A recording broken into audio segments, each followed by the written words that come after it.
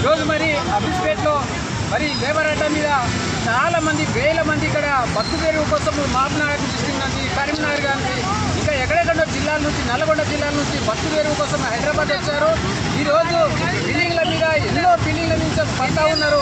వాళ్ళకు ఎవరు ఆదుకునే నాదులు లేడు కాబట్టి ఈరోజు బిల్డింగ్ నుంచి కింద పడినా కానీ గవర్నమెంట్ ఆదుకోవడానికి ఎన్నో పథకాలు ఉన్నాయి కాబట్టి మరి వాళ్ళకు అవగాహన లేదు. దానికోసం ఇక్కడ మన చందు గారు ఉన్నారు, అడిగి తెలుసుకుందాం అసలు ఏంది కార్మికుల కోసం ఏం ధర్నా పెట్టారు అనేది ఒకసారి అడిగి తెలుసుకుందాం. చెప్పండి సార్, ఇక్కడ ఏం జరుగుతుంది అసలు? షేర్లింగంపల్లిలో చాలామంది భవన నిర్మాణ కార్మికులు వేల సంఖ్యలో పనిచేయడం జరుగుతుంది. ఏదైతే షేర్లింగంపల్లిలో లేబర్ అడ్డం దగ్గర ఏఐటీసీ యూనియన్ ఆధ్వర్యంలో మేము ఈరోజు అవగాహన సదస్సు అనేది ఏర్పాటు చేయడం జరిగింది. దానికి అధ్యక్షతగా ఈరోజు రామన్న ఆధ్వర్యంలో చేయడం జరుగుతుంది.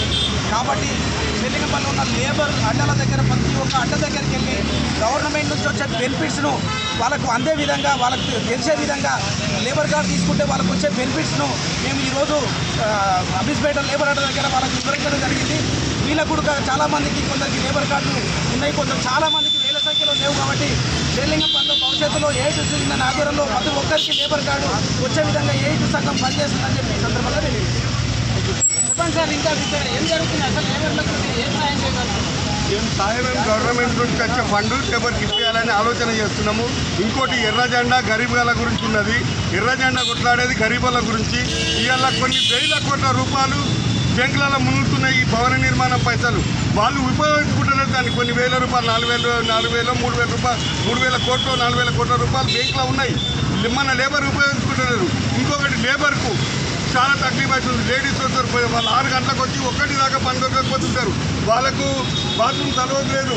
ఈ మన మధ్యాహ్న భోజనము 5 రూపాయల భోజనము సవలత్ లేదు. ఈ అడ్డల మీద ఇవన్నీ కల్పించాలని గవర్నమెంట్ కోర్టు డిమాండ్ చేస్తూ వచ్చేసారి మేము మళ్ళా కూడా దీని మీద చాలా పోరాడతాము.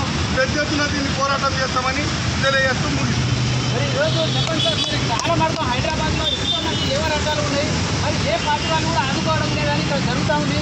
ఈ ఎర్ర జెండా పార్టీ వాళ్ళు ఇక్కడ ధర్నా చేస్తున్నారు. అసలు ఏమి కారణం? ఇక్కడ వీళ్ళకి ఏం బస్సు పేరు కోసం కానీ బిల్డింగ్ మీద పడిపోతూ ఉన్నారు. వీళ్ళకి ఏం చెప్తారు? అయితే ఈరోజు కామ్రేడ్ షేర్లింగంపల్లి మండలంలోని ప్రతి అడ్డాలను ఐక్యం చేస్తూ అవగాహన సదస్సు కల్పిస్తూ ఉన్నాం.